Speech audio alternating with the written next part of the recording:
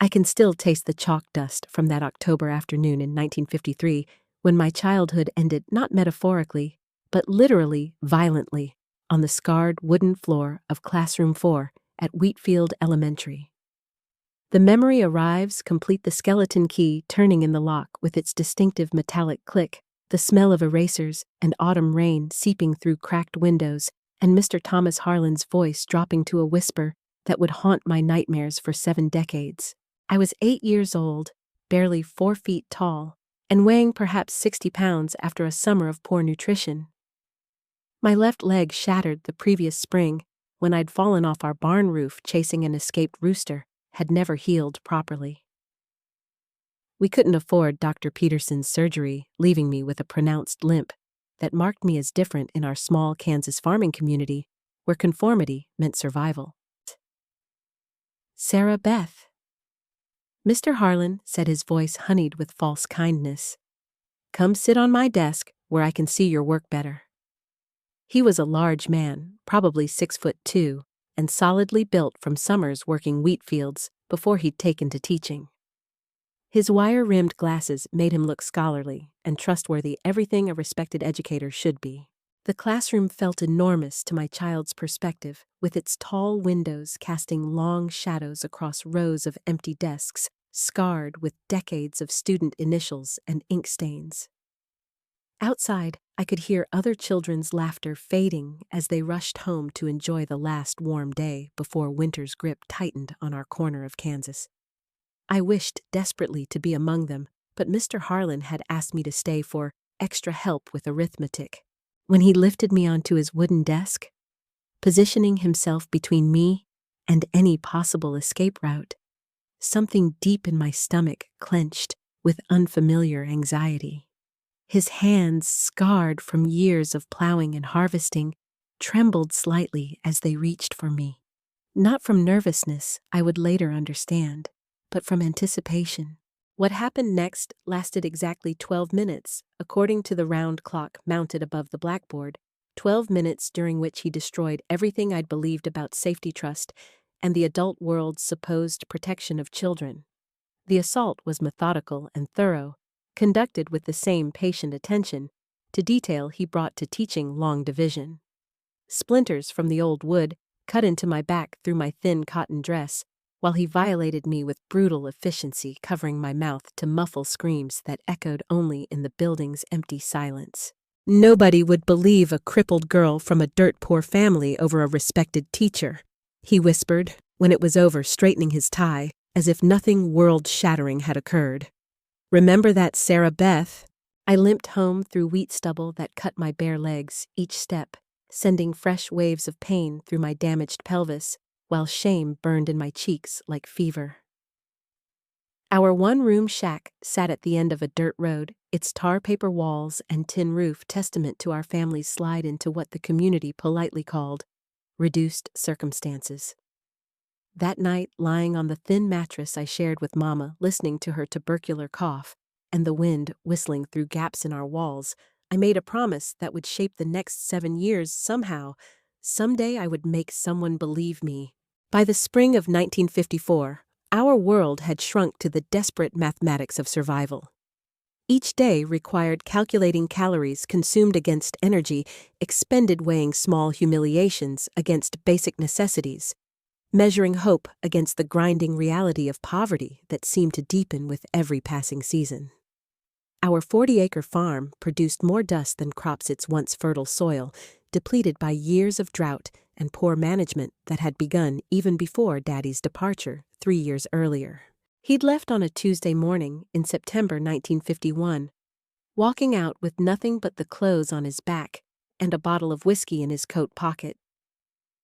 No explanation, no forwarding address, no word since just the echo of the screen door slamming, and Mama's quiet sobs that she tried to muffle with her apron. The abandonment had been devastating, but in some ways, his drinking and violent temper had made our small house feel like a battlefield even before he disappeared into whatever oblivion called to men who couldn't face their failures. Mama's tuberculosis had progressed beyond Dr. Peterson's ability to treat, though we couldn't afford his $5 house calls anyway. She spent most days propped against pillows in our front room, her once robust frame now fragile as dried corn husks. Her breathing had developed a distinctive rattle that grew more pronounced during night hours when temperatures dropped and moisture collected in her damaged lungs. Between coughing fits that brought up alarming quantities of blood, she would work on mending clothes or shelling beans, anything her weakened hands could manage to contribute to our survival. "Education's your way out of all this, Sarah Beth," she would whisper during her more lucid moments, gesturing weakly at our surroundings: the rusty cook stove, the cardboard covering a broken window, the constant smell of poverty that seemed to seep through every crack in our weathered walls. "Promise me you'll work hard at school, be respectful to your teachers. They're trying to help you have a better life than this." At 9, I'd assumed responsibilities that should have belonged to adults.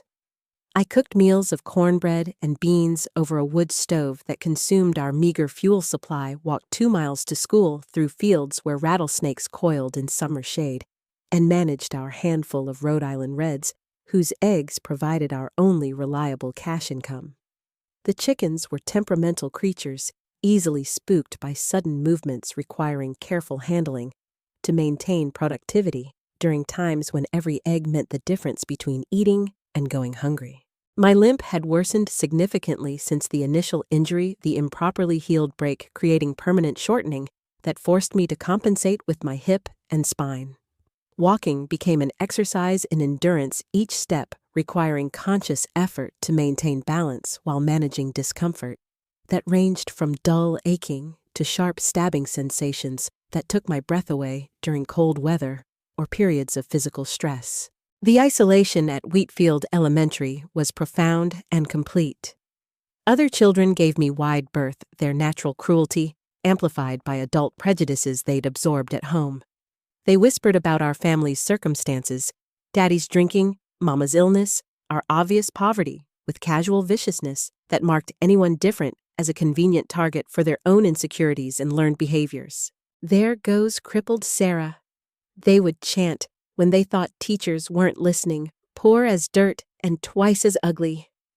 Their parents, farmers and shopkeepers, who'd weathered the Depression through community solidarity, viewed our situation with mixture of pity and suspicion, as if misfortune might be contagious, and associating with us could somehow compromise their own precarious stability. During recess, I usually sat alone under cottonwood trees that provided the schoolyard's only shade, watching other children play games I was too slow to join and too proud to ask about. The social invisibility was sometimes worse than outright cruelty, being ignored, as if I didn't exist, overlooked during group activities, forgotten when treats were distributed during holiday celebrations.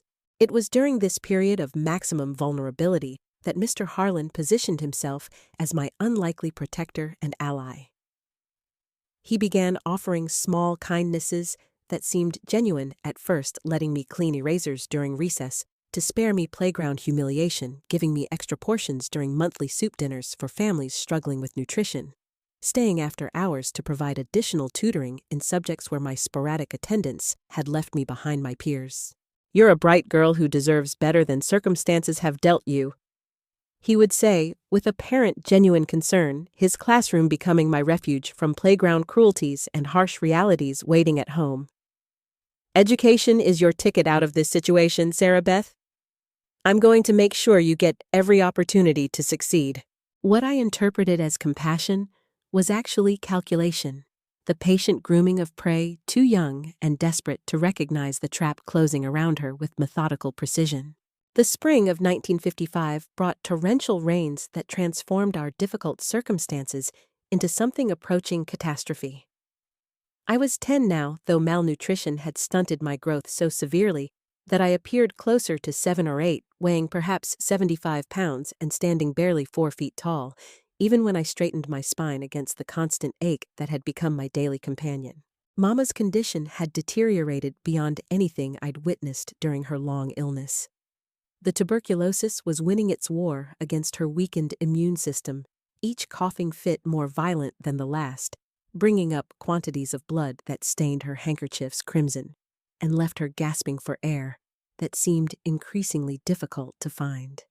She could barely whisper my name between spasms that shook our entire house, her body consuming itself in its fight against disease that advanced relentlessly despite her stubborn will to survive. It was during this period of maximum family crisis that Mr. Harlan escalated his predatory behavior into territory I couldn't dismiss or rationalize as inappropriate but essentially harmless touching. The transition from grooming to full assault came on April 23, 1955, a date burned into my memory with the clarity that trauma provides when every detail becomes crystalline and permanent despite our desperate wish to forget. The day had begun with promising weather-clear skies and moderate temperatures that suggested spring might finally be winning its annual battle against Kansas winter. Most students were eager to rush outside after dismissal, but Mr. Harlan had asked me to remain for what he termed very special instruction in subjects where I continued to struggle despite his previous tutoring efforts. Sarah Beth, he said after the last student had departed and we were alone in the building. I think you're ready to learn some things they don't teach in regular curriculum. His voice had taken on a different quality, softer but somehow more menacing, with undertones that made my skin crawl with instinctive recognition of danger I couldn't yet articulate or understand. The classroom door closed with that familiar metallic click that had become associated with our tutoring sessions. But this time, he engaged the lock with deliberate emphasis that seemed designed to communicate finality. When I looked up from the arithmetic problems I'd been working on, his eyes held something I'd never seen before, a hungry darkness that transformed his familiar features into something predatory and terrifying. Come here, he commanded, his voice carrying authority that I'd been trained from birth to obey without question. I want to show you something very important, something that will help you understand your place in this world. Every nerve in my body screamed against approaching him, but years of conditioning in absolute deference to adult authority overrode my survival instincts. When I reluctantly moved toward his desk, he grabbed my wrist with surprising force and pulled me closer than we'd ever been during previous sessions, his grip tight enough to leave bruises that would fade to yellow over the following weeks. There's my good girl. He whispered, his breath hot against my ear as he positioned me exactly where he wanted me. You want to be good for me, don't you? You want to show your appreciation for all the special attention I've given you when other teachers would have given up on a damaged child from a family like yours? His hands began roaming across my small body with increasing boldness, touching places that made me squirm with discomfort and confusion, while he whispered reassurances that this was normal, that all special students received this kind of individual instruction from teachers who truly cared about their development and future prospects. What followed was 37 minutes of violation that shattered every assumption I'd held about safety trust and the adult world's supposed protection of vulnerable children. He forced me against his desk with enough violence to crack ribs, then assaulted me while thunder from the approaching storm masked my screams and lightning illuminated his contorted features in stark, horrifying detail. This is what happens to little girls who need special attention. He panted while inflicting damage that left me bleeding internally and barely conscious from pain that exceeded anything I'd ever experienced. This is what you've been asking for with all those looks, all that sitting close to me during our lessons? The physical agony was indescribable, not just the immediate trauma of forced penetration, but deeper injuries that would affect my reproductive health for the rest of my life, damage that no 10-year-old body was designed to withstand without permanent consequences. I felt something tear inside me, followed by warmth that I realized was blood pooling beneath my hips and staining my dress beyond any hope of explanation or concealment.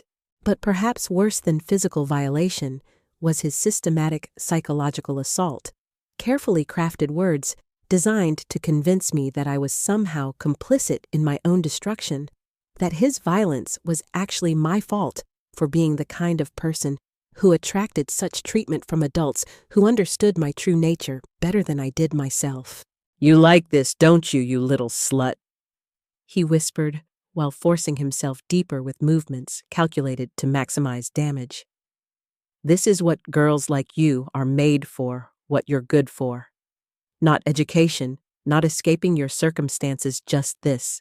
When it finally ended, when his breathing returned to normal, and he began adjusting his clothes with casual efficiency, I lay motionless on that scarred wooden surface, my torn dress bunched around my waist, and my childhood effectively terminated through violence that no amount of time would ever fully heal.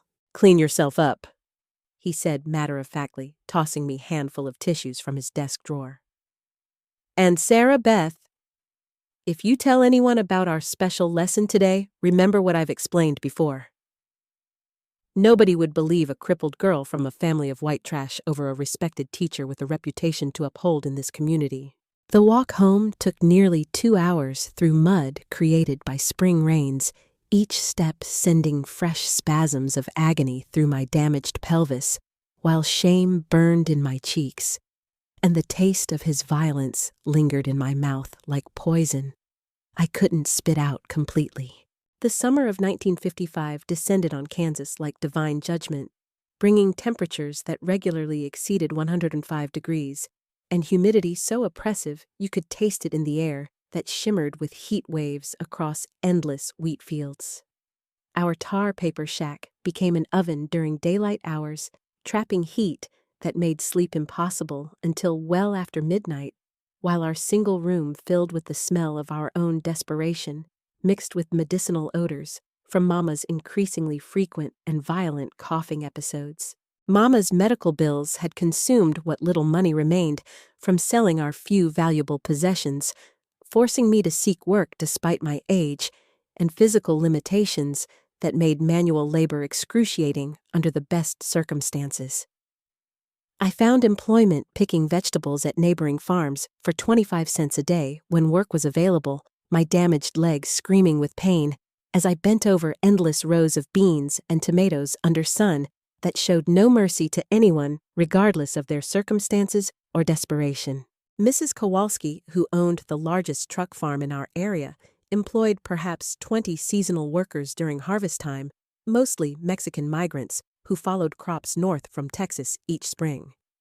They were kind to me, despite language barriers, sharing lunches when they noticed I'd brought nothing to eat, and showing me techniques that would spare my back some of the worst strain from repetitive bending and lifting. Ay pequeña, Miguel the crew leader would say while demonstrating proper support techniques for tomato plants heavy with fruit. You work too hard for one so young. This is not right for a child to carry such burdens. His weathered face showed genuine concern as he watched me struggle through tasks that challenged grown men, let alone an undernourished 10-year-old with mobility issues that made every movement an exercise in pain management. He had daughters my age back in San Antonio and seemed to recognize something wounded in my demeanor that went beyond simple poverty or physical disability. "Where is your familia?" he asked one afternoon while we sought shade during the hottest part of the day, other workers resting in whatever shadows they could find, while heat radiating off the earth made breathing difficult. "Your mama, your papa, they know you work like this. My mama's real sick," I replied, wiping sweat from my forehead with the back of my hand, leaving streaks of dirt across skin already burned brown by relentless exposure. "My daddy went away a long time ago. It's just me taking care of things now." Miguel's expression grew troubled as he processed this information, clearly recognizing the impossibility of my situation, but uncertain how to offer help that wouldn't be perceived as interference in family matters he didn't fully understand. "Us, you have strength," he said, finally tapping his chest with a work-hardened finger. "Here in the heart. I see this in my own daughters when life becomes difficult. But strength, it must be protected, cared for, or it becomes something else, something that hurts instead of helps." His words planted seeds that would grow over the coming months, the first time anyone had spoken to me about inner resources as something to be cultivated rather than simply endured. But they also highlighted my isolation in ways that made the contrast between his family's intact support system and my solitary struggle more painful to acknowledge. The assaults by Mr. Harlan continued throughout that hellish summer, with escalating frequency and violence, as if he sensed my growing desperation and fed off it like a parasite that grows stronger as its host weakens. School wasn't in session, but he found ways to lure me to the building on various pretenses, helping with maintenance projects, organizing supplies for the upcoming academic year, participating in special summer tutoring sessions designed to help me catch up with grade-appropriate skill levels. One particularly brutal encounter occurred during the last week of July when temperatures reached 108 degrees and the air hung motionless, too thick to breathe comfortably, and shimmering with heat waves that made distant objects appear to dance like mirages. He'd asked me to help move textbooks from basement storage to his classroom work that seemed legitimate until we were alone in the building, and his true intentions became unmistakably clear. The assault took place among dusty boxes of outdated educational materials and broken furniture retained because the school board couldn't afford replacements. He threw me against shelves lined with geography textbooks published decades earlier, my head striking the corner of a wooden crate with enough force to split my scalp and fill my vision with dancing stars that preceded the unconsciousness I desperately wished would last long enough to spare me awareness of what followed. Blood streamed down my face while he violated me among detritus of educational progress.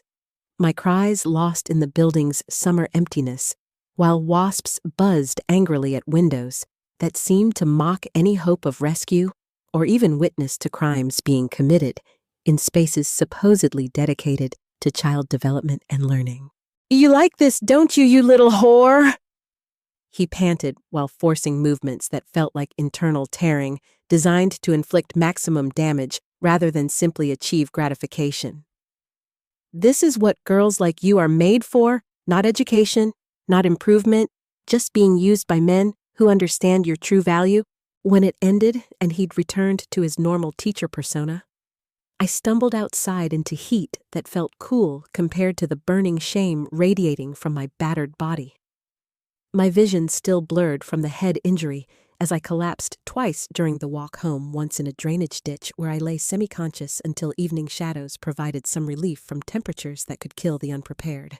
The autumn of 1955 brought a cascade of catastrophic events that tested every survival skill I'd developed during my brief, difficult life. September arrived with its usual promise of new academic beginnings, but for me, returning to school meant renewed exposure to Mr. Harlan's escalating predatory behavior in an environment where his authority was absolute, and my vulnerability had increased exponentially due to circumstances beyond my control. Our first family crisis struck during the town's annual Harvest Festival. Traditionally our community's most celebratory event, when families gathered at the school to display prize-winning vegetables, share potluck meals, and enjoy simple entertainments that broke the monotony of farm life that defined our existence from planting season through the final gathering of crops. While other families crowded into the gymnasium to admire displays of giant pumpkins and perfect corn ears, Mr. Harlan approached me with apparent casual friendliness, suggesting I might enjoy seeing the special music room displays he'd prepared for visitors interested in our school's cultural offerings beyond basic agricultural education. "Ah, Sarah Beth," he said, with that familiar false warmth that now made my skin crawl with anticipatory dread.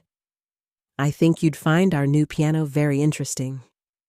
Why don't you come with me so I can show you some of the music books we've acquired for students with artistic inclinations?" I knew better, by then understood exactly what his invitations meant and the violence they inevitably contained, but had learned through bitter experience that resistance only made his assaults more prolonged and degrading.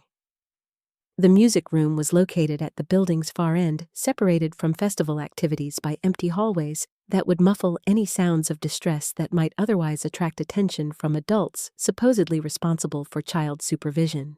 The attack that followed was particularly savage, conducted with cruelty that seemed energized by proximity to potential witnesses and the risk of discovery that apparently added excitement to his predatory behavior, rather than serving as deterrent to criminal activity in spaces designated for childhood development.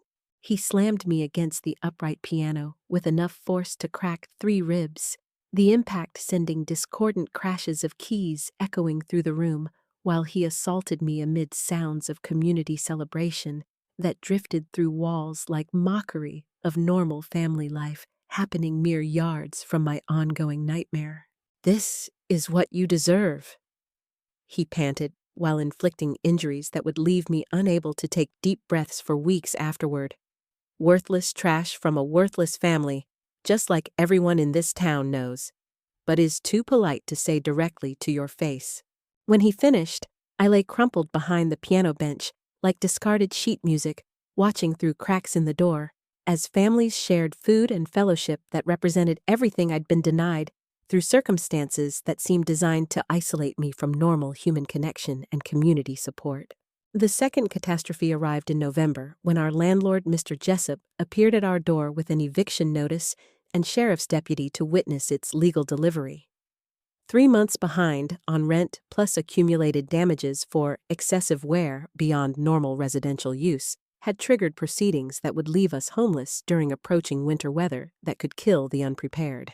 Can't run a charitable institution," Jessup announced, while hammering legal papers to our weathered door with blows that echoed like gunshots across our small living space.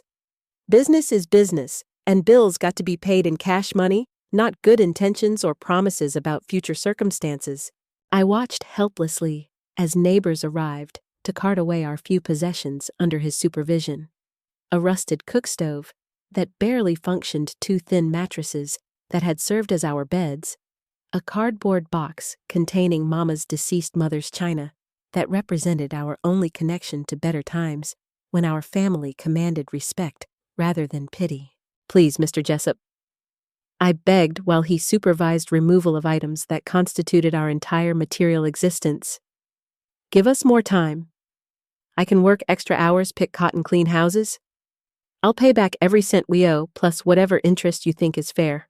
But he just shook his head with the finality of a man who'd made peace with others' suffering long before circumstances forced him to act on business decisions that prioritized profit over human compassion. We spent that first night sleeping in Murphy's barn hayloft, shivering under horse blankets that smelled of animal sweat and decades of accumulated dust, while Mama's coughing echoed in the enclosed space, each fit sounding worse than the last, as cold air irritated lungs already damaged by disease that advanced regardless of our housing situation. The third and most devastating blow came in December, when I finally worked up courage to confide in Jenny Morrison, a classmate whose father owned the town's most successful hardware store and whose family commanded respect that might lend credibility to accusations that would otherwise be dismissed as fabrications from damaged sources. I'd observed Jenny carefully over months of shared classroom time, noting her apparent kindness and natural leadership among students who seemed to respect her opinions more than those of classmates from less prominent families. She'd never participated in cruel games that marked me as outsider, sometimes sharing lunch portions when she noticed I'd brought nothing to eat during school mealtimes. I chose my moment during recess, while she sat alone reading under cottonwood trees, frost-coating playground equipment, and our breath-forming clouds in crisp air that carried promise of harder weather, approaching with winter's inevitable arrival. "Ah, Jenny," I said quietly, settling beside her on ground that immediately began soaking through my thin dress with cold that penetrated to skin level. "Can I tell you something important? Something secret that I've never told anyone else." She looked up from her Nancy Drew mystery with genuine interest, her expression open and encouraging in ways that made me believe she might be different from other children who'd rejected my attempts at normal social connection. "Of course, Sarah Beth," she replied, marking her place with careful attention to book preservation. "You know you can trust me with anything that's troubling you." The words that followed represented perhaps the hardest conversation I'd ever attempted, each sentence requiring tremendous effort, as I forced myself to describe Mr. Harlan's attacks in terms she could understand, without being overwhelmed by graphic details that might traumatize someone whose life experience hadn't prepared her for such brutal realities. I explained about the after-school sessions that weren't really tutoring, the locked classroom door that trapped me with a predator, the escalating violence that left me bleeding and terrified, while he made threats about what happened to children who caused trouble for respected community members. Jenny's reaction was swift and devastating, more harmful than outright rejection might have been, because it included moments of apparent belief before social conditioning reasserted control over natural empathy. "Sarah Beth, that's terrible if it's really happening," she whispered, her face showing conflict between wanting to believe me and needing to reject truths too disturbing for her protected worldview. "But are you sure you're remembering things correctly? Sometimes when we're upset or scared, our minds can make things seem worse than they really were." "I'm not confused," I pleaded, reaching toward her only to have her unconsciously pull away from contact that might somehow contaminate her with my damaged status. "Jenny, please, you have to believe me. If someone doesn't help me stop him, he's going to keep hurting me until something even worse happens." But she was already standing, brushing dirt from her dress, while shaking her head with certainty that admitted no possibility of doubt or further discussion about matters too disturbing for comfortable acknowledgement. "I think you should talk to your mama about these feelings you're having," she said with authority borrowed from adult wisdom she'd absorbed without questioning. "Sometimes girls our age get confused ideas about grown men, especially when our families are going through difficult times." Within hours, a distorted version of my confession had spread through town with efficiency that demonstrated how quickly gossip travels in small communities where everyone knows everyone else's business whether they want to or not. December 18th, 1955, the day I discovered that corruption had roots deeper than my 11-year-old mind could comprehend, extending into the very heart of institutions supposedly designed to protect children from predators who wore authority like protective camouflage. I'd spent weeks preparing for this confrontation with methodical patience, born of desperation, learning every detail of Mama's old wire recording device that I'd discovered while helping her sort through our few remaining possessions. The primitive machine was temperamental, but functional, and I'd practiced until I could operate it silently, positioning its small microphone to capture conversations without detection. My plan was elegantly simple: record Mr. Harlan's threats and confessions during one of our tutoring sessions, then present the evidence to Principal Edwards with such clarity that denial would be impossible. I'd observed both men carefully over months, noting routines and vulnerabilities that might be exploited when the time came for this desperate gambit. The opportunity arrived on a Tuesday afternoon when early snow had prompted most students to hurry home, leaving the building nearly empty except for staff members completing administrative duties. I'd volunteered to help organize supplies for the upcoming Christmas pageant, providing legitimate cover for my presence while ensuring privacy for the conversation I intended to document. "Sarah Beth," Mr. Harlan said when we were finally alone, his voice carrying familiar false warmth that now triggered physical nausea. "I think you're ready for some very special instruction today." I positioned myself at his desk, with my school bag carefully placed to conceal the recording device, while its wire slowly turned, capturing every word of what would follow. The machine was hidden beneath my arithmetic book, its red recording light barely visible, but functioning perfectly as he began his ritual of escalation. "You know what happens to little girls who make trouble," he whispered, while his hands began their violation, unaware that his words were being preserved on wire that would outlast both of us. "They disappear, just like the Morrison girl did 3 years back when she started telling stories, just like the Peterson girl before her." My blood turned to ice as he casually confessed to other victims, other crimes that had been covered up by a community more interested in preserving comfortable illusions than protecting vulnerable children. The device captured everything: his detailed descriptions of previous assaults, his threats against potential witnesses, his boastful accounts of evading consequences for years of predatory behavior. But my unusual stillness during the attack eventually made him suspicious. When he noticed my strange calm, my lack of the terror that had always fed his sadistic pleasure, his eyes narrowed dangerously. "What's different about you today?" he demanded, his movements becoming more violent. "Why aren't you crying? Why aren't you begging me to stop?" Before I could respond, he'd discovered the recording device and destroyed it with systematic brutality, grinding wire and mechanical components under his heel until nothing remained but twisted metal scattered across his classroom floor. "Nice try, you clever little bitch!" he snarled, while I watched my only hope of justice dissolve into fragments. "But now, it's just your word against mine, and we both know how that conversation ends."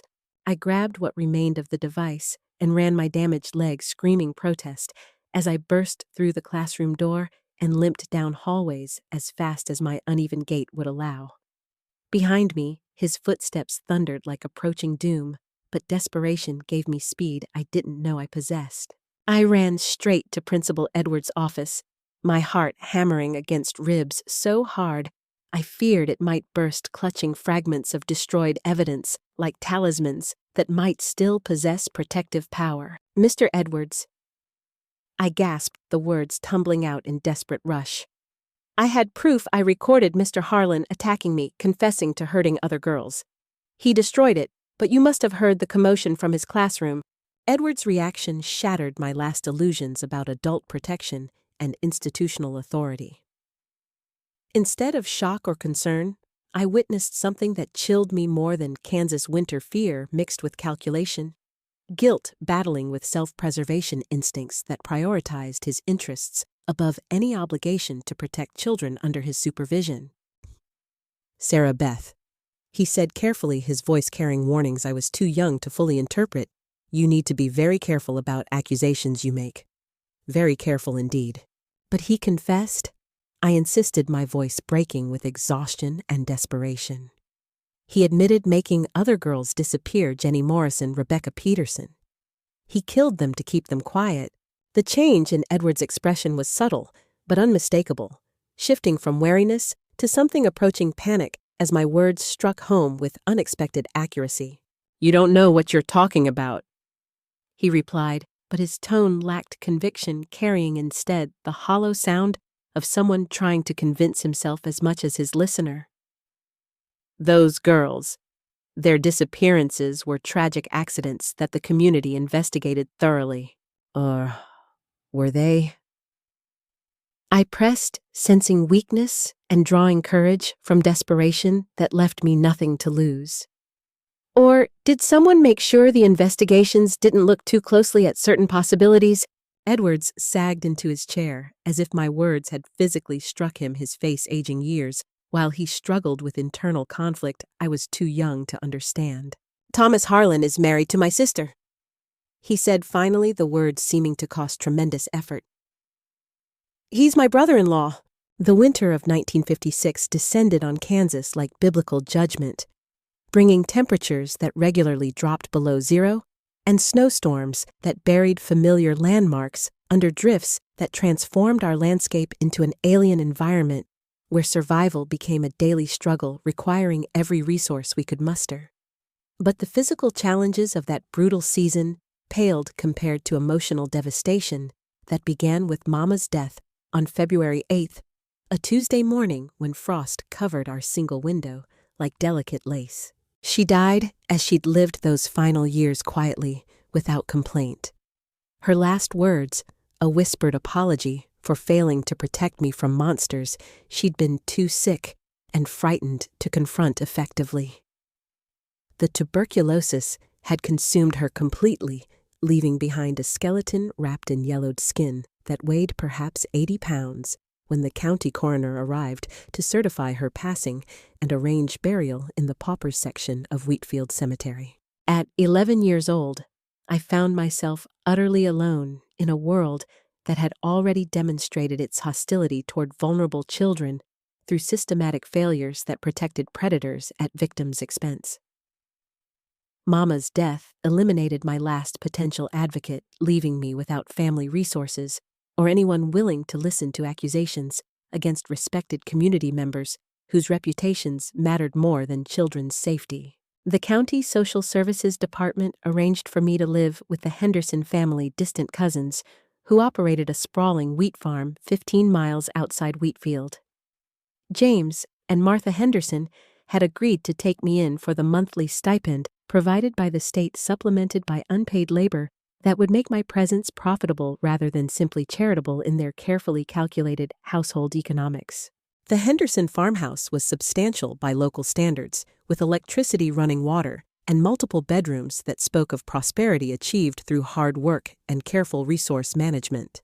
But comfort was reserved for blood family, while I was assigned windowless room in the basement that had previously served as root storage, my sleeping quarters separated from bins of potatoes and onions by nothing more than thin wooden partition. My daily routine began at 4:30 each morning with milking cows whose udders had to be massaged back to life after freezing temperatures made them sluggish and uncooperative. The barn was quarter-mile from the main house, reached by path that became treacherous with ice during winter storms, my damaged leg making every step an exercise in pain and balance that frequently ended with me sprawling face first into snow or mud. After milking came feeding chickens, gathering eggs, mucking stalls, hauling water from a well that seemed determined to run dry during worst cold snaps, and dozens of other chores that filled every daylight hour and left me exhausted but unable to sleep due to aches in muscles I hadn't known existed. Physical demands were crushing for a child already weakened by malnutrition and lingering effects of repeated sexual assault. Mrs. Henderson made it brutally clear from my first day that continued presence depended entirely on usefulness and silence about matters that might embarrass her family or community standing. She was a woman hardened by decades of farm life, with hands like leather and voice that could freeze water when she was displeased. "We're doing you considerable favor by taking you in," she informed me while ladling out breakfast portions that would have been insufficient for a child half my size, "and we expect proper gratitude in return. That means working hard, keeping your mouth shut about family business, and not causing trouble with wild stories that reflect poorly on decent Christian folks." The implication was unmistakably clear. My accusations against Mr. Harlan and Principal Edwards were forbidden topics that would result in immediate expulsion if mentioned in her household. I was expected to pretend nothing had happened, to smile and express appreciation for opportunities that felt more like punishment for crimes I hadn't committed. But the worst torment came from Mr. Harlan himself, emboldened by Edward's protection and my apparent defeat, who began stalking me at the Henderson farm with increasing boldness that demonstrated predators' instinctive understanding of prey's weaknesses and isolation from potential rescue. He would appear at the farm on various pretenses during times when Mr. Henderson was away on business or working distant fields where he couldn't observe what transpired near the house. Sometimes, Harlan claimed to be conducting follow-up visits on my educational progress, other times offering assistance with repairs that didn't need fixing, always presenting himself as concerned teacher, going above and beyond normal duties. Mrs. Henderson accepted his explanations without question, flattered by attention from such respected member of community and grateful for interest shown in her unwanted ward. She would invite him inside for coffee and conversation, leaving me to complete outdoor chores while they discussed my progress and special needs in terms that made my stomach clench with familiar dread. When Harlan managed to corner me alone, which he accomplished with disturbing frequency through careful observation of farm routines, he delighted in reminding me of complete powerlessness while escalating physical abuse beyond anything I'd previously experienced. "Nobody believes you," he whispered during one particularly brutal February assault in the Hendersons' hay barn, where he'd trapped me during evening chores while wind howled through gaps in weathered boards. "Nobody cares what happens to white trash like you. You could scream from now until Judgment Day, and it wouldn't change a damn thing." The attack that followed was conducted among smell of hay and animal waste, while winter storms provided cover for sounds of violence that might otherwise have attracted attention from the main house. He seemed energized by my despair, drawing strength from knowledge that he'd successfully isolated me from any possibility of rescue or justice. When I tried to fight back, clawing at his face with fingernails cracked and bleeding from constant farm work, He laughed and struck me hard enough to loosen teeth and leave bruises that would require explanation for days afterward. "Fight all you want," he panted, his breath hot and foul. "Makes it more interesting." March 22nd, 1956. The night I learned that sometimes children must become soldiers in wars they never wanted to fight, and that victory often tastes more like ashes than triumph, when it comes at the cost of innocence forever lost. My final plan had evolved over weeks of careful observation, requiring patience I barely possessed, and resources I'd acquired through theft deception and acts of desperation that would have horrified the child I'd been before Mr. Harlan's first assault. I'd stolen supplies from the Henderson farm rope tools, a small camera that belonged to their eldest son, while gathering intelligence about adult routines and vulnerabilities that could be exploited when the moment came for my ultimate gambit. The night began with calculated deception, as I told Mrs. Henderson I was experiencing stomach troubles that would keep me close to the outhouse throughout the evening. She accepted my explanation with typical indifference, too busy with her own concerns to investigate further or show genuine concern for my welfare, providing the cover I needed to slip away during the confusion of evening chores. The walk to town took nearly 2 hours through fields where snow still lingered in shadowed ditches, my damaged leg throbbing with each step, while I carried canvas bag containing everything I'd need for the confrontation ahead. Temperature had dropped well below, freezing my breath, forming clouds that dissipated in starlight as I made my way along country roads that seemed abandoned by civilization itself.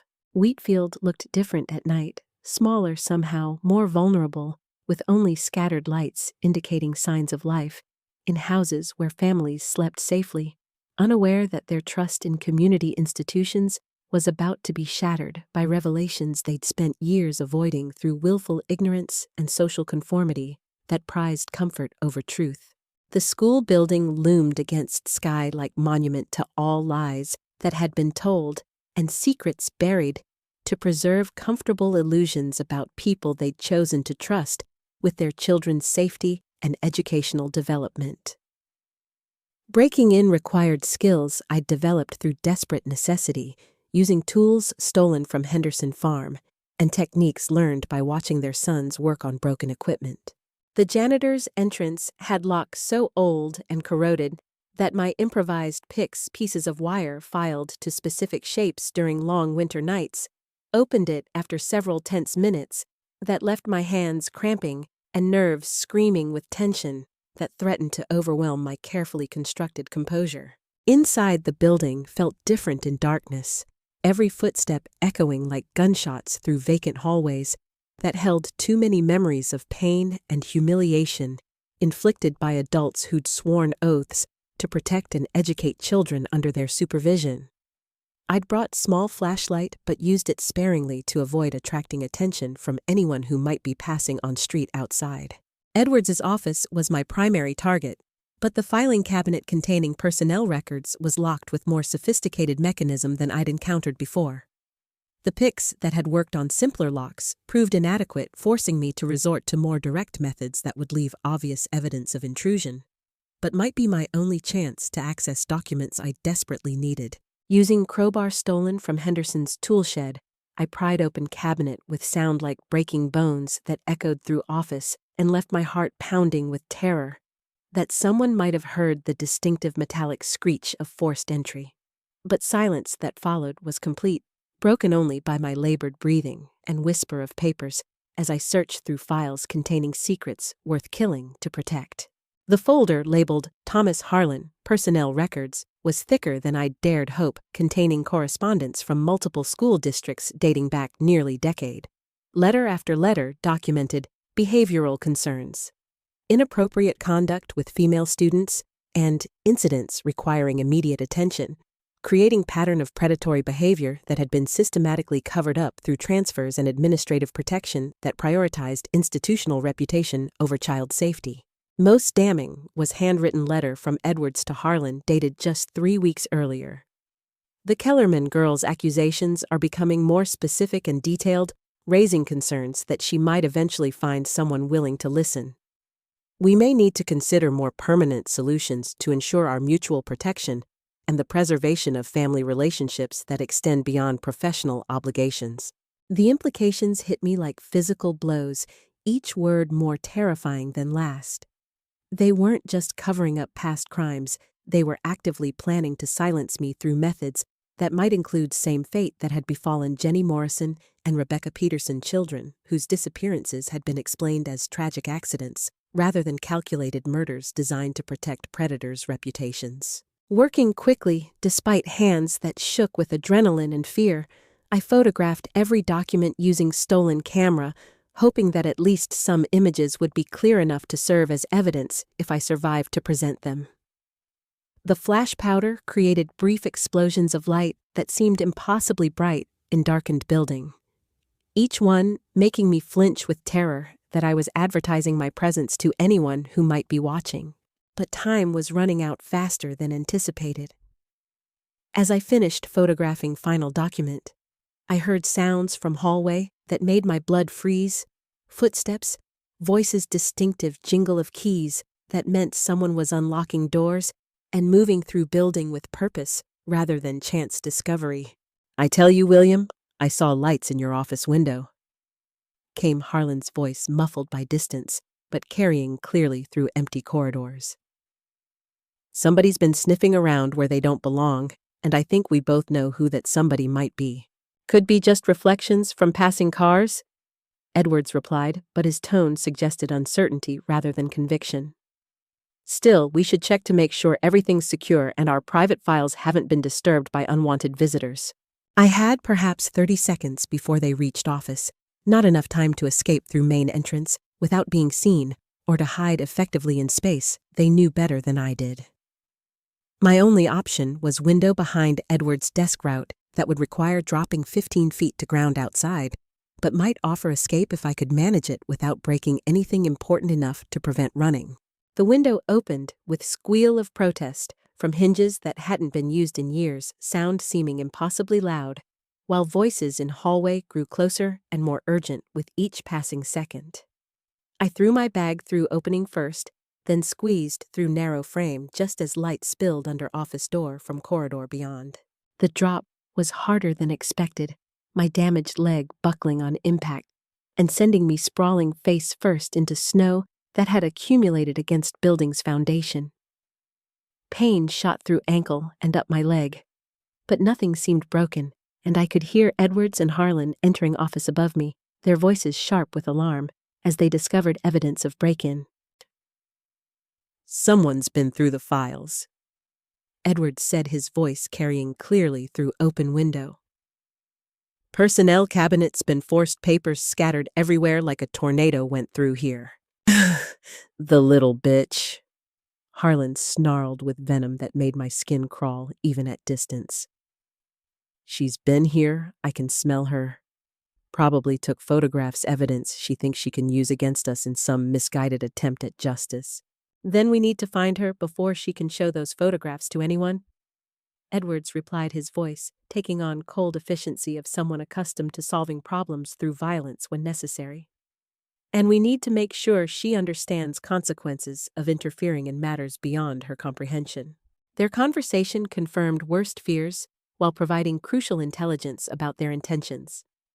They weren't just covering up past crimes, they were prepared to commit new ones to protect themselves, and I was primary target for elimination through methods that had already claimed other young victims whose deaths had been disguised as accidents. As I limped away from school, building my ankle throbbing and bag of evidence clutched against chest, I realized their pursuit had actually given me unexpected advantage. They were no longer hiding their crimes or pretending to be respectable community members. They were revealing themselves as monsters. They'd always been driven by desperation into making mistakes that might finally expose them to consequences they'd avoided for years. But first, I had to survive the night, and my enemies were already mobilizing to prevent that outcome. The hunt had begun, and I was running for my life through frozen fields, while behind me, lights began appearing in windows throughout Wheatfield as forces of corruption awakened to chase down child who dared challenge their power and threaten their carefully constructed facades of respectability.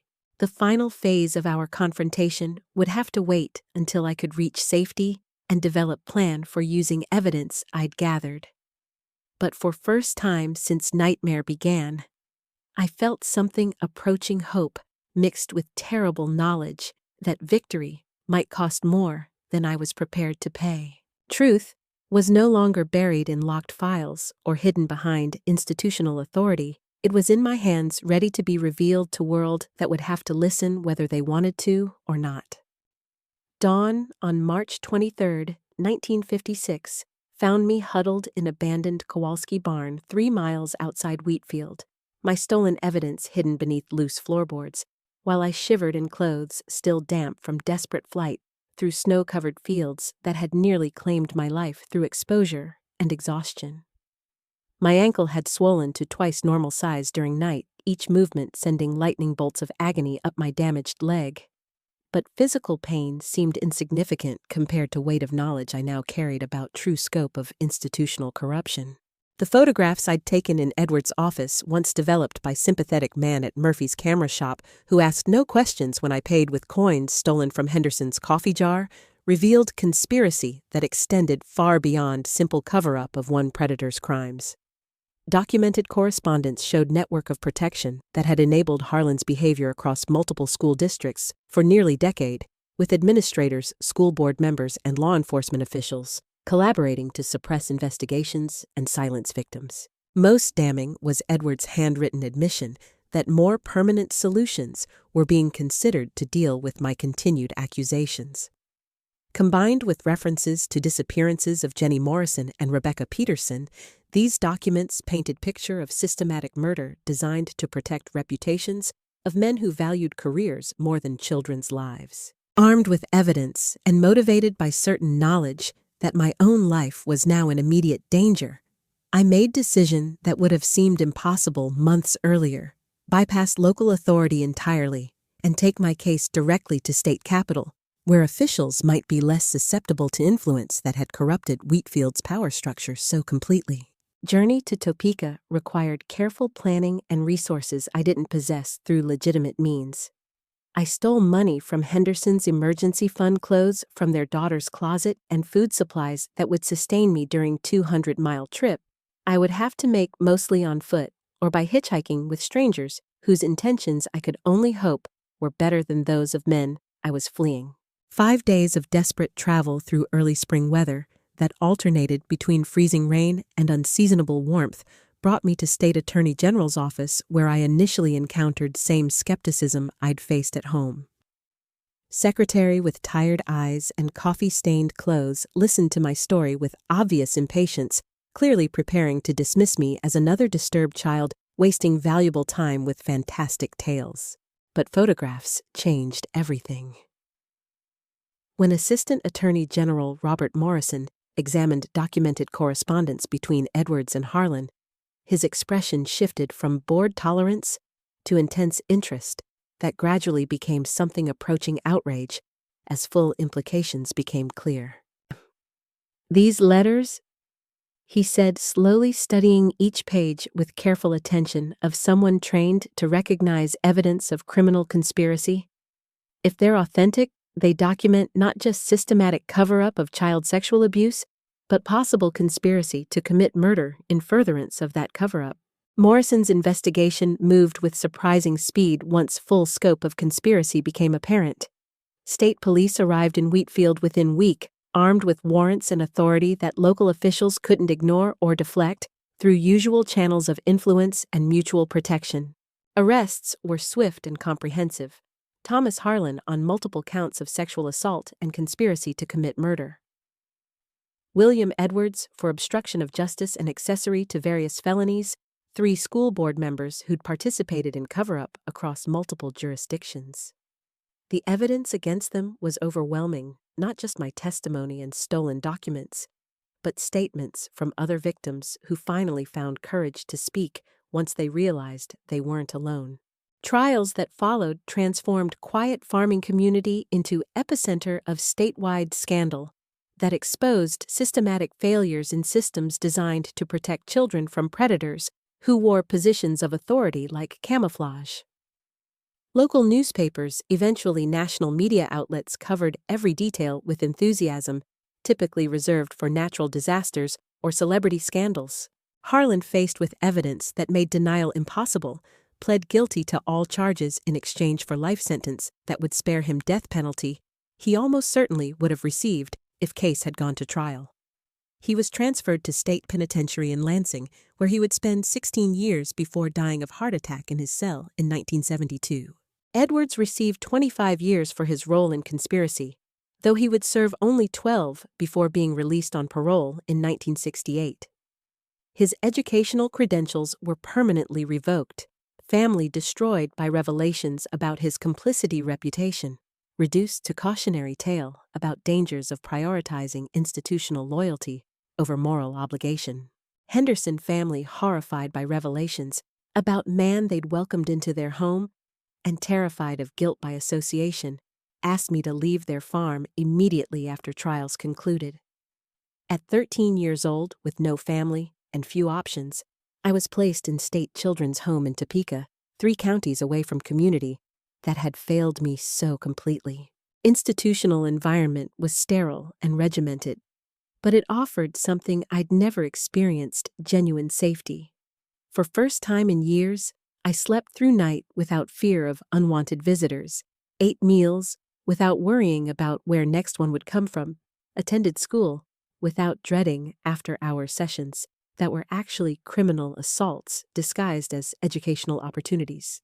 I threw myself into studies with intensity that worried counselors, but education had become my lifeline path out of poverty and powerlessness that had made me vulnerable initially. Academic performance was exceptional, driven by fierce determination to prove that survival could lead to success rather than simply more suffering. Now at 83, I write these final words from my apartment overlooking same Kansas wheat fields where this story began.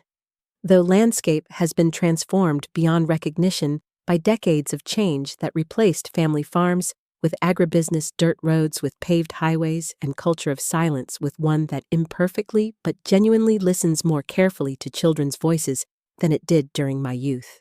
The intervening years brought experiences I could never have imagined during those dark months when survival consumed every moment of existence. Marriage to David Richardson, gentle mechanic who understood my scars without needing detailed explanations about their origins, provided foundation for normal life I'd never dared hope might be possible. His quiet strength and unwavering support sustained me through challenges that would have seemed insurmountable to frightened child I'd once been. Our 2 daughters, Jennifer and Susan, grew up knowing they could trust me with their deepest fears and most troubling secrets. Both became teachers themselves, dedicating careers to creating safe environments where students could learn without fear of predators who sometimes sought positions of authority specifically to access vulnerable victims. They established reporting protocols, training programs, and support systems that have become models for school districts across Midwest and beyond. Jennifer specialized in elementary education, focusing on early intervention that might have changed my story if caring adults had recognized warning signs and taken appropriate action. Her classroom became refuge for children from troubled homes place, where they could find stability, encouragement, and protection from forces beyond their control. Susan chose secondary education, working with teenagers who'd already experienced trauma and needed specialized support to overcome damage inflicted by adults who'd betrayed their trust. Her programs for at-risk youth included counseling services, legal advocacy, and practical assistance that helped hundreds rebuild their lives after surviving experiences similar to my own. My career in social work began at State Children's Home, where I'd lived after trials, eventually leading to positions with increasing responsibility for protecting vulnerable children from systemic failures like those that had nearly destroyed me. I worked with law enforcement agencies to improve investigative techniques, helped draft legislation that strengthened reporting requirements, and testified before legislative committees about long-term costs of allowing institutional corruption to protect criminals at victims' expense. Work was often heartbreaking, requiring daily confrontation with humanity's capacity for cruelty toward most defenseless members of society. But every child I helped every predator I exposed, every family that remained intact. Because proper intervention prevented tragedy, all of it grew from seeds planted in classroom where my innocence died, but determination to fight for justice was born. Rebecca Peterson, who'd become teacher after testifying against our mutual abuser, maintained correspondence with me for over 6 decades. She never fully recovered from childhood trauma. Few survivors do completely, but channeled pain into protection for others, establishing support groups and training programs that saved countless young lives. Her father, Sheriff Peterson, never forgave himself for initially failing to believe his daughter's account. His guilt motivated comprehensive reforms in how law enforcement handles cases involving children and trusted authority figures. Changes that prevented similar tragedies by ensuring accusations are investigated thoroughly regardless of accused person's reputation. David passed away 5 years ago after brief illness that robbed us of retirement. We'd planned to spend traveling and enjoying simple pleasures denied during younger years, when survival and service consumed most of our energy. His death left void that will never be completely filled, but also provided clarity about how I wanted to spend whatever time remained. Most surprising development in my final years arrived last month, delivered by lawyer representing a state I'd never expected to inherit from. Principal Edwards had spent later decades attempting to atone for failures that enabled so much suffering, though he never contacted me directly to apologize or explain his actions during those terrible months. His letter, held in trust to be delivered on my 80th birthday, but delayed by administrative complications, contained not just words of remorse, but substantial bequest to Children's Advocacy Center I'd helped establish in Topeka years earlier. Amount nearly $500,000 accumulated through careful investment over decades represented fortune by standards of someone who'd grown up in poverty where 25 cents seemed like wealth. I cannot undo harm I caused by prioritizing institutional reputation over children's welfare. His letter read in handwriting grown shaky with age and perhaps guilt. Nor can I return childhood that was stolen from you through my cowardice and complicity in systematic abuse. But perhaps this money can prevent similar tragedies for other children who deserve better protection than you received from adults supposedly responsible for their safety. Letter continued for several pages, detailing his gradual understanding of damage his actions had caused, and desperate attempts to make amends through anonymous donations to child protection organizations across Kansas and neighboring states. He'd lived quietly after release from prison, working menial jobs while donating every spare dollar to causes aimed at preventing institutional failures that had enabled Harlan's predatory behavior. You showed more courage at 12 years old than I demonstrated an entire career. Final paragraph read, fighting for justice when every adult around you failed in their most basic obligation to protect children from harm. I pray this gesture brings some measure of peace to your remaining years and helps other survivors find justice you had to fight so hard to achieve. Irony wasn't lost on me, man, who destroyed my first recording, was now funding efforts to protect future victims. Justice. I've learned through 8 decades of living sometimes takes circuitous routes to reach its destination, arriving through most unlikely messengers when we least expect redemption. As I sit here watching sunset paint familiar wheat fields in shades of gold and crimson, I think about frightened girl I was and woman I became through necessity, courage, and help of good people who appeared when I needed them most. Physical scars remain, but they've become integrated into strength rather than sources of shame. My great-granddaughter visits weekly now, bright 8-year-old named Sarah Beth, in my honor. When she asks why I walk with cane, I tell her I fought important battles when I was her age, and sometimes warriors carry marks from their victories. Did you win, great-grandma? She asked during last visit. I looked out at those fields where I'd once limped home, bleeding and terrified, now peaceful in afternoon light, and thought of all children who sleep safely tonight, because someone was willing to stand up to predators regardless of personal cost. Yes, sweetheart, I told her, my voice carrying certainty earned through lifetime of turning survival into service. I won.